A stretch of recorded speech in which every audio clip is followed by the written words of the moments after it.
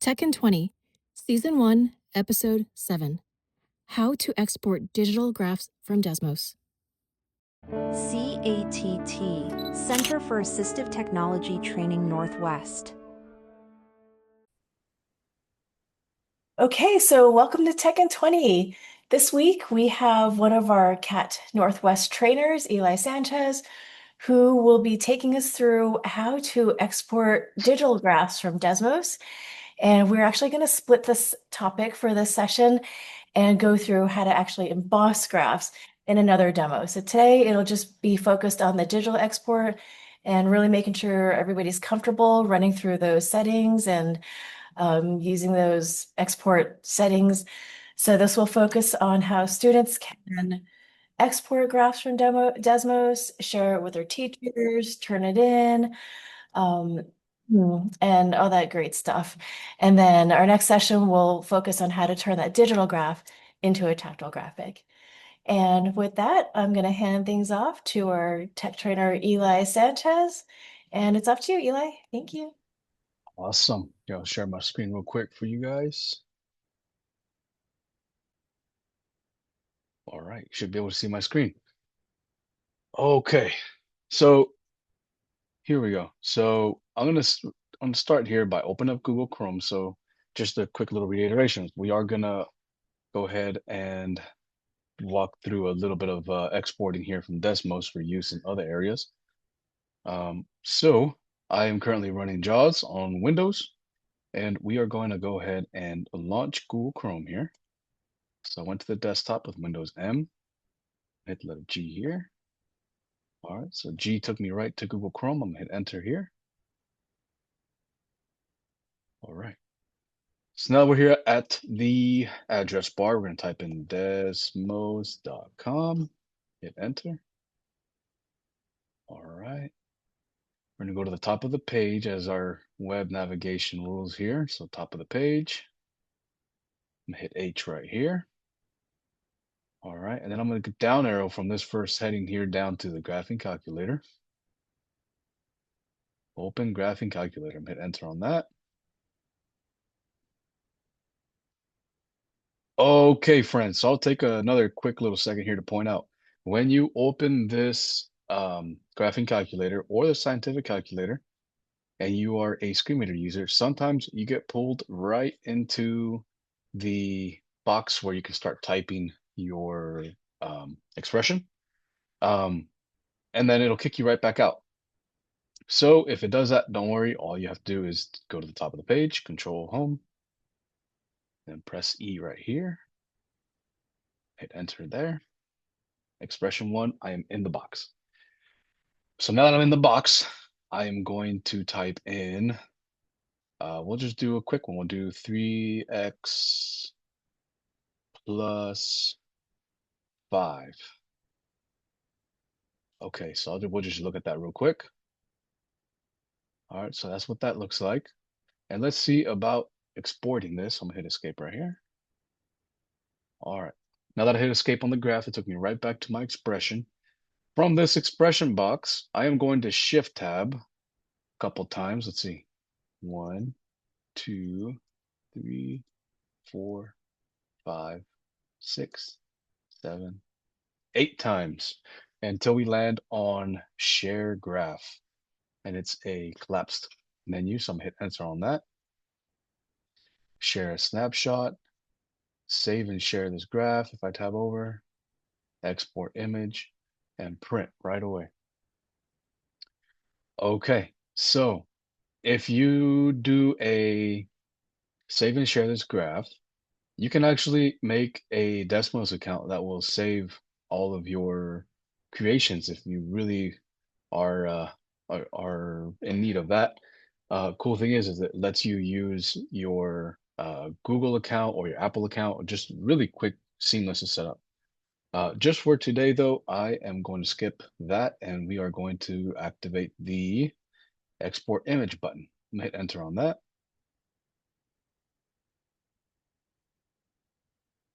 Okay.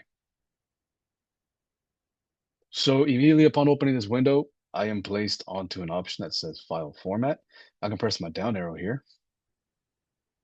got a PNG, SVG, Braille Nemeth, Braille UEB.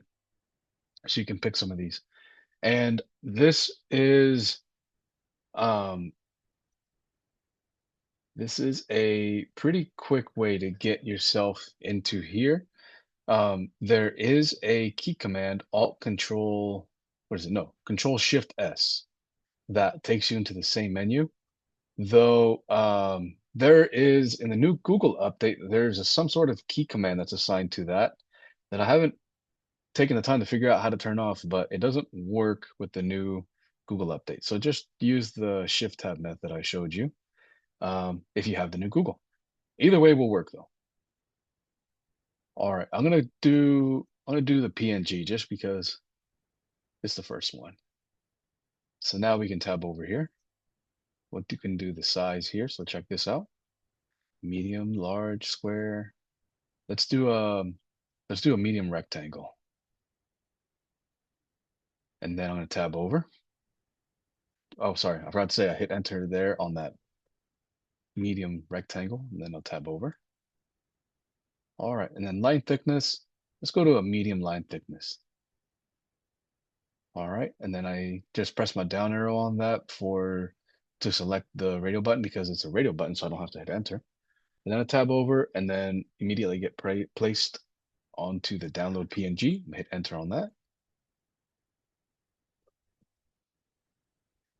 Okay, so now it downloaded. So I'm gonna do Windows E, Shift tab here, go to my downloads, D, D, all right, D again, press enter on downloads, tab over. All right, I have a few of these. So we'll open the top one, which is the latest. And there's our graph. So then you can go through in this graph and make any color adjustments as needed with whichever photo editing tool you like.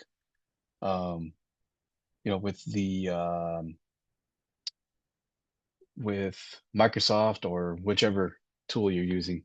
But you can make any kind of adjustments you need to this here file type. So you can close this out, close this out.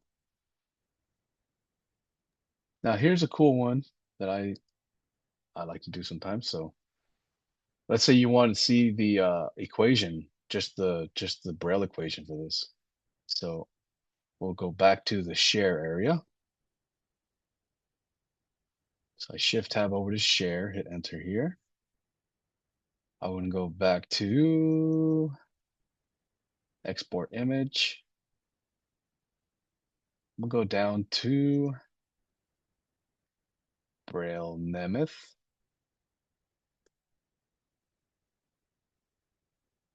And then you can hit download Braille equations. Okay. So for we push a lot of the for a quick and dirty Braille translation software, we push a lot of the BrailleBlaster. So I'm gonna go ahead and open up BrailleBlaster here because I downloaded this as a BRL. Braille. There we go. BrailleBlaster.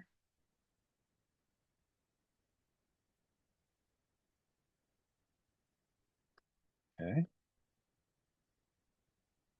Come on, BrailleBlaster. Perfect. All right, so I'm gonna go to open. So I'm gonna do Control O. Shift tab here. Okay, so the one on top is the one I want. So I'm gonna hit enter here.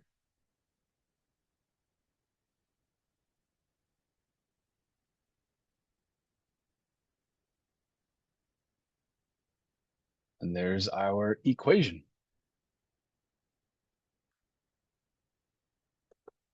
So then you could do as many of these as you needed. If you had a full page of equations, right? You had multiple equations, they would take them all at once. And then what I've seen some people do is they take these equations, they copy them and paste them onto a whole document, just a big document where then they can arrange them if they're doing multiple problems. It's not the most perfect process, but it is kind of a quick way to get some Braille math output for the task at hand if you're doing a couple like maybe you're trying to put together a worksheet, right? This is kind of a quick way to get that done for you. All right, I'm gonna close this. We're not gonna save these changes. Hey Eli, this is Okay. Ting. Hey. While you're on this export image menu, and Uh-huh. since we're talking about digital graphs, can you just talk everybody through the PNG and SVG file formats they might see there in case anybody's wondering what the difference is between those file formats? Yeah. So the main difference is one, so the PNG is what we think of as an actual photo. Um, so, you could take that PNG and open it with like a Photos app or, whatever it is, an actual photo. And then to make edits on it, you'll need a photo editor. Um, I can't remember what PNG stands for, but yeah, it's an actual photo. And then the SVG is it's a scaled vector graphic. You see, Tina, I remember, I pay attention. You should have pop quiz Leslie on that one. We should have. We should have. Um, and what's cool about a scale vector graphic is it is a very blind friendly version or file type where it can be edited with a text editor. In this case, since I am on Windows, you can actually open it in Notepad and you could make some changes to it. That being said, though, because it is an SVG, it is more limited in what kind of programs will open it. So you can't really take that SVG and open it like in a photo editor or something like a Monarch or something like that, where like the PNG you can. All right. Okay. Um, I think I got everything. I turned it into a Tekken 15. Well, I have another question though. Oh, let's do it. Um, so this is a great way to download the image, and then Uh-huh. when you have that downloaded, I see that I like how you did the BrailleBlaster. So you guys, I put the link to BrailleBlaster in our resource sheet for today, but that is a free download from APH. And Eli, can you just go over, can I use my MacBook on the BrailleBlaster, or what kind of computer do I need to run the BrailleBlaster? Oh yeah. So with BrailleBlaster, it actually does have a Mac version. So you can use your MacBook with BrailleBlaster, you guys. And it's completely free. So you just have to go onto the APH website and get the right file. Is my preferred way to use Desmo. Same with Neil. He likes using it on his Mac too. And then can you go back to that share menu for a Yeah. sec for Eli? Uh-huh. You got it. Because sometimes we want to download a graph, but sometimes students might just need to do a quick share. Uh-huh. So can you just hit that, A snapshot. not the snapshot, but go to the next link, save and share this graph. Yep. That link, yes, here. Can we just see that menu real quick? So this is where if you're signed into Desmos, this is how you can actually name the graph and save it. And can you just give it some sort of name, Eli, and save, please? Call it teens graph. Yes, All it's right. You want my to save it? graph. Yes, please. You got it. Boom. Okay, great. And then this gives a hot link, right? Where you Yeah. could actually share the link to this particular graph. Is that right? So what's also really cool about this is it does give me the hot link. But also there's a copy button right here. So I just hit enter on that copy button. And then I'll just open up Notepad here. And that way you guys can see what happens here. So here's Notepad. I'll paste it. So I could do that same process if I wasn't in Notepad and I was in Outlook or any kind of my email or something like that. Um, I've actually done this exact process to share graphs with my math professors when I was in college because this wasn't a thing when I was going through K through 12. But it's a super effective way to share these graphs, you guys. Right. I'm just thinking sometimes if people are in a place with laggy internet, where it might be hard to attach files, or it's just easier to hit that copy and share link, that this might be another way to share. Well, not just that, is that like, especially in the college system, a lot of the professors, because they are tied into the school network, they actually don't allow attachments to go through their emails. So you can't be like, well, I'm going to send you this graph. A lot of times it's fully blocked from the firewall. Um, so then you could just send this link and then they could view it on their own time. I heard there's a question, does the person have to have an account to get the link? I don't believe so. At least it wasn't a thing when I was doing it regularly. But I can actually we can answer that real quick, actually. Tina, I'm gonna drop That's right, you Lillian. Yeah.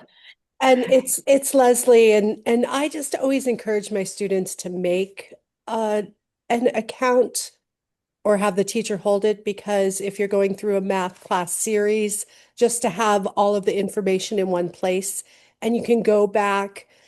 If the teacher didn't hold on to your graph for some reason, you have another copy.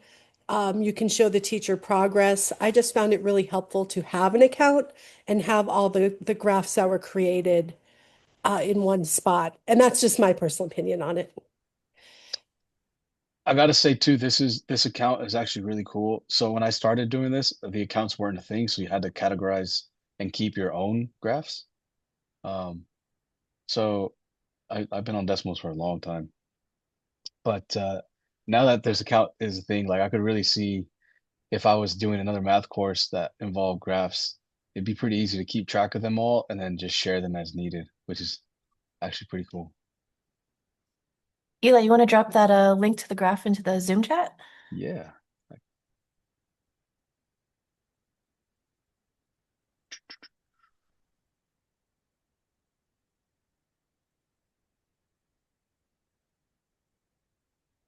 Give it a shot, friends. Yay! So you guys, we are with the link, we can view it, but since it's Eli's graph, we just have the view privileges on this through this link. Yes, and that's always been a thing. Yeah. Sorry, I forgot to mention that part. Oh, cool. You can save a copy. Awesome. Great. All right, we are at time. Any last words of wisdom for us, Eli, when working with exporting digital graphs from Desmos? Yeah, I would say just make sure that before you export it, just go through your expressions real quick, because I've definitely made the mistake of like when I got a big workflow going and I'm just dropping all of my, like especially when you're doing like intersection, um, what's it called? Intersecting equations that you have to show on the graph. Remember to take different, export different graphs for each step, because I've been dinged on so much of my work where like I just submit the final product and the teacher's like, well, I didn't see the steps, right? Because it makes it so easy to export just the final product on this. So, take multiple exports and that way you have a progression. Nice. Hot tip. Yeah. All right, well, that's it for Tech in 20, where we meow at your tech needs. Thank you for joining us, everybody, and we'll see you next time. CATT, Center for Assistive Technology Training Northwest. The contents of this video were developed through a partnership with the American Printing House of the Blind, APH. CATT Northwest is based at the Washington State School for the Blind, WSSB. Logos, WSSB and APH. The contents of this video were developed under a contract authorized by the Department of Education. However, these contents do not necessarily represent the policy of the Department of Education, and you should not assume endorsement by the federal government.